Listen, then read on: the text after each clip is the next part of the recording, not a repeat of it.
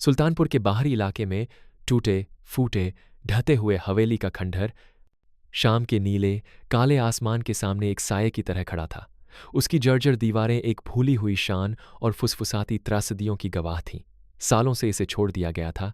यह एक खामोश खाली मुंह जैसा था जिसे हर कोई दूर रखता था। लेकिन आज रात इसमें एक अनिच्छुक मेहमान था, आरव। आरव कोई रोमांच प्रेमी नहीं था। वह एक पत्रकार था, स्वभाव से संशयवादी, लेकिन अपने डूबते करियर को फिर से जिंदा करने के लिए एक कहानी की बेताबी से तलाश में था। हवेली के भूतिया होने की अफवाहें, आखिरी ख्वाहिश नामक एक बुरी आत्मा की कहानियां उसके डेस्क तक पहुंच चुकी थीं। लोग एक खूबसूरत नर्तकी नूर की बात करते थे, जिसकी हवेली की दीवारों के भीतर दुखद मौत हो गई थी और उसकी आखिरी ख्वाहिश एक अभिशाप में बदल गई थी। एक लड़खड़ाती टॉर्च, एक डिजिटल रिकॉर्डर और एक फंसे हुए पक्षी की तरह धड़कते दिल के साथ आरव ने जंग लगे लोहे के फाटकों को धकेला। वे विरोध में कराह उठे, एक ऐसी आवाज जो जगह के क्षय को ही गूंजती हुई लग रही थी। अंदर की हवा धूल और एक सर्द खामोशी से भरी थी, जिसे केवल अनदेखी चीजों की सरसराहट तोड़ रही थी। वह बड़े लेकिन अब वीरान आंगनों से होकर गुजरा, जो कांटेदार खरपतवारों से घिरे थे। मुख्य दरवाजा आश्चर्यजनक रूप से खुला हुआ था। जब वह विशाल हॉल में कदम रखा तो एक ठंडी हवा उसके टखनों से होकर गुजरी। गंदी खिड़कियों से छनकर आती चांदनी दीवारों पर प्रेत छायाओं की तरह डरावनी परछाइयां बना रही थी। कोई है? आरव की आवाज आश्चर्यजनक रूप से स्थिर ऊंची छतों से टकराकर वापस आई। केवल खामोशी ने जवाब दिया। उसने रिकॉर्डिंग शुरू कर दी, अपने आसपास का वर्णन करते हुए पेशेवर तटस्थता बनाए रखने की कोशिश कर रहा था। हवेली बिल्कुल वैसी ही है जैसा कि बताया गया है। एक स्पष्ट बेचैनी का एहसास। उम्मीद के मुताबिक किसी भी अलौकिक चीज के तत्काल कोई संकेत नहीं। वह अंदर ही अंदर हंसा, खुद को अपनी काल्पनिक श्रोताओं से ज्यादा समझाने की कोशिश कर रहा था। जैसे जैसे वह अंदर गया, वह खुद को एक ऐसे कमरे में पाया जो निश्चित रूप से बॉलरूम रहा होगा। दीवारों पर घूमते हुए नर्तकियों के फीके भित्ति चित्र सजे थे। उनकी खुशी भरी अभिव्यक्तियां अब धुंधली रोशनी में भयानक लग रही थीं। बीच में एक अकेला धूल से ढका भव्य पियानो पड़ा था। उसकी चाबियां सड़ी हुई दांतों की तरह पीली और टूटी हुई थीं। अचानक हवा में एक हल्की धुन तैरने लगी। यह एक भूली हुई उदास धुन थी जो पियानो पर बज रही थी। आरव के खून जम गए। उसकी टॉर्च की किरण पियानो की ओर भागी। कोई नहीं था। उसने मुश्किल से निगला। उसकी पेशेवर शक्ल टूट रही थी। क्या तुमने सुना? उसने रिकॉर्डर में फुसफुसाया। उसकी आवाज मुश्किल से सुनाई दे रही थी।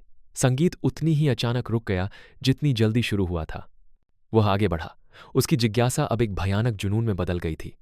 उसने सड़ी हुई किताबों से भरी एक लाइब्रेरी, एक रसोई जहां भूली हुई चीजों के अवशेष हवा में चिपके हुए लग रहे थे, और अंत में ऊपरी मंजिल तक जाने वाली एक घुमावदार सीढ़ी की तलाश की। सीढ़ियों के शीर्ष पर एक अकेला दरवाजा खुला हुआ था, जिसमें से एक हल्की अलौकिक चमक निकल रही थी। यह उसे खींच रहा था, एक पतंगा एक घातक लौ की ओर। यह उसने सहज रूप से जाना नूर का कमरा था। उसने दरवाजा खोला। कमरा एक नरम नीली रोशनी में नहाया हुआ था जो कहीं से नहीं आ रही थी। केंद्र में एक फटा हुआ रेशम से ढका बिस्तर खड़ा था और उस पर एक सड़ता हुआ लकड़ी का गहने का डिब्बा। जैसे ही आरव पास आया, एक फुसफुसाहट उसके कान से गुजरी, कब्र की धूल जितनी ठंडी। आखिरी ख्वाहिश। वह घूम गया। उसका दिल उसके गले तक आ गया। कुछ नहीं। उसने गहने के डिब्बे की ओर हाथ बढ़ाया। जैसे ही उसकी उंगलियां लकड़ी से टकराईं, वह खुल गया। अंदर फीके मखमल के बिस्तर पर एक अकेला जंग लगा चांदी का पायल पड़ा था, जिसमें छोटे छोटे घुंघरू लगे थे। जैसे ही उसने इसे छुआ, कमरे का तापमान तेजी से गिर गया। नीली रोशनी तेज हो गई, एक अदृश्य ऊर्जा के साथ धड़कने लगी।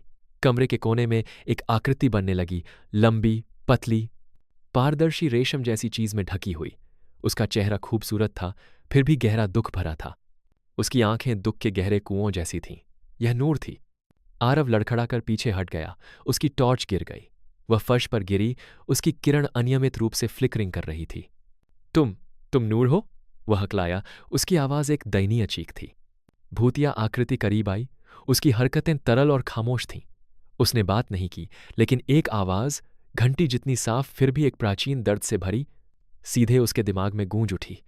मेरी आखिरी ख्वाहिश मुड़ गई। धोखा दिया गया।